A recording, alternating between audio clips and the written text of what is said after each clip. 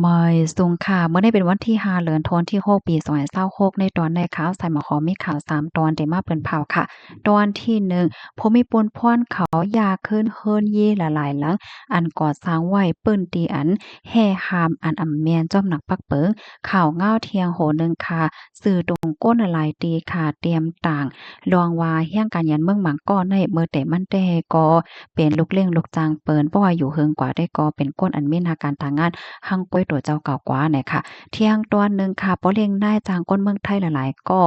ไล่ออนกันออกมาปันตะหันถึงขนอย่นก็เปอสั่งแลไล่ใจจางเฮียงการยานเมืองไหนออนตั้งเปิ้นได้ก็เฮาค่ะมาถ่อมด้วยข่าวโหในออนตั้งไหนค่ะได้ก็ตั้งฝ่ายภูมิพลพรเขา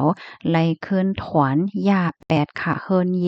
อันไล่ก่อสร้างไว้เปิ้นที่อันแห่หามเมื่อวันที่4เดือนธันวาคมที่6ปี2026ในมีข่าวเงาออกมาว่า ตั้งฝ่ายภูมิพลพรเขาหลายๆโครงการค่ะไล่โฮมกันเสียก็คับขึงย่าแปดค่ะเนาะเฮิรนเย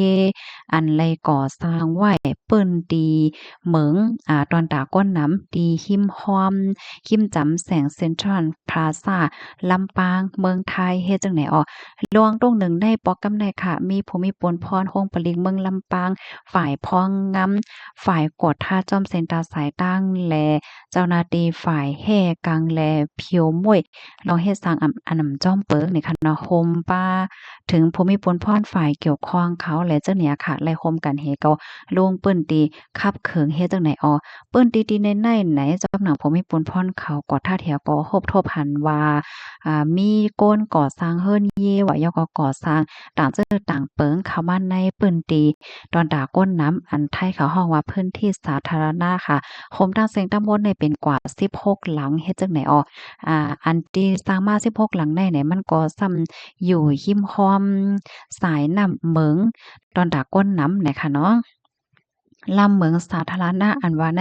อ่อนหน้าในตั้งฝ่ายภูมิพลพรเขาในก็ไล่เตรียมเหล็กปืนผ่าปันฟางเตือนไว้นางแตกๆเลี่ยงๆเย้าค่ะเอาว่า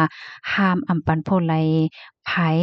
เข้ามาก่อสร้างอันนั้นก็มาก้มกำปืนตีสายน้ำอันในหนังได้ว่าเฮ็ดจังไหนสำหรับพลไลไผเสมว่ามีหลวงอำตึกกำเฮ็ดจ้วมป้อว่าในเจิงเนี่ยจังย่าเอาตั้งผิดกว่าว่าโลยลวงป่นแปนลองตีลิ้นหมายมีตีลิ้นเนี่ยสิ จ้างตกควักสูงถึง5ปีหมาบไม้เงินสูงถึง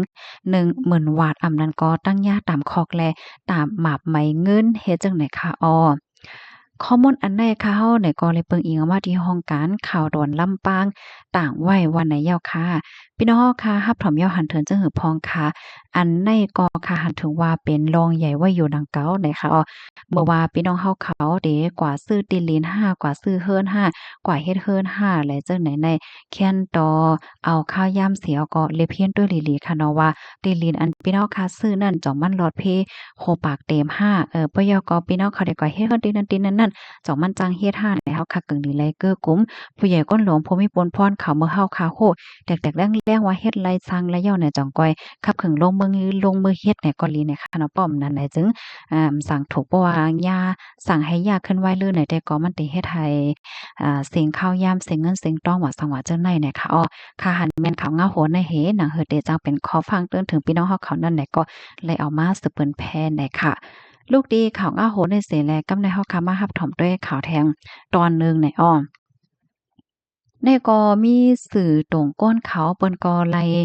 อ่อนกันเตรียมทัดสางลองว่าแห่งการยานเมืองอันเข้ามาเฮ็ดการที่ในเมืองไทยในม่วนตั้งแต่ก็เป็นลูกเลี้ยงลุงโลอ่อนเปิ้นให้ในเอากว่าเอามาก็เป็นเจ้าของหน้าการต่างงานให้ใน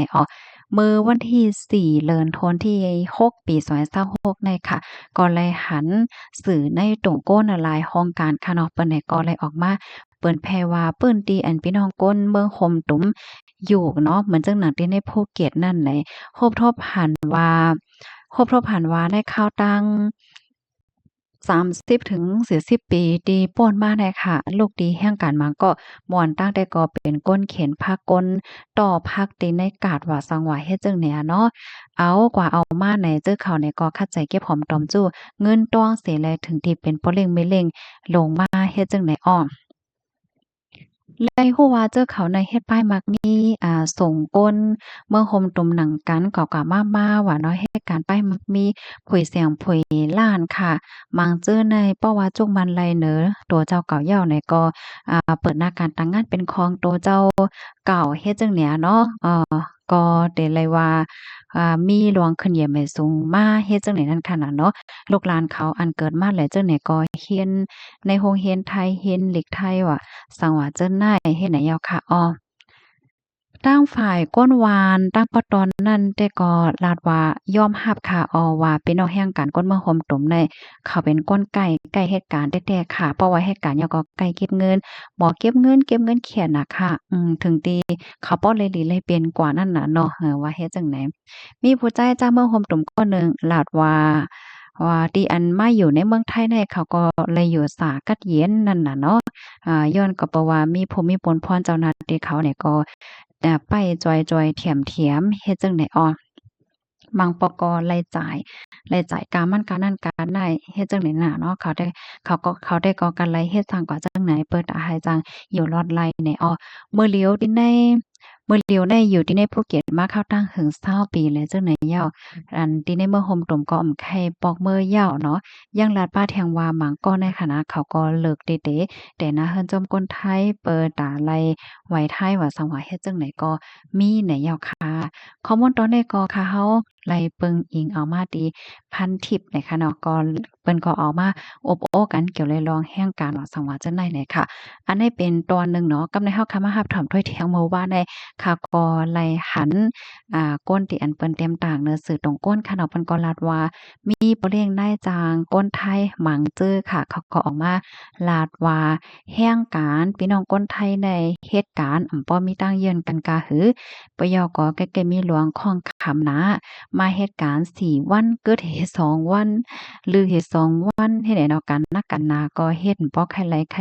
เป้มันไหนก็มีลองเปรียบเปิงกันตั้งแห่งการยานเมืองแห่งการยานเมืองเขาในเหตุการณ์นักกันนาก็ไล่ป้องท่าลาเนาะปยก็ป้อหรือการกาหือแต่เลยว่าใกล้เฮ็ดการนะเฮ็ดจังได๋คะอันนี้ก็เป็นเสียงกลางใจบ่เร่งได้จางเขาที่อันเปิ้นรัดเปิ้นหันถึงเด้อพี่น้องแห่งการไหนค่ะเนาะค่ะพี่น้องค่ะลูกรับถอมเยาหันถึงจึงหือพองไหนค่ะเนาะก็ปันตั้งหันถึงบ้านไรค่ะยินจมูกก็ดีรับถอมปันแห้งค่ะเนาะหมอยทรงค่ะ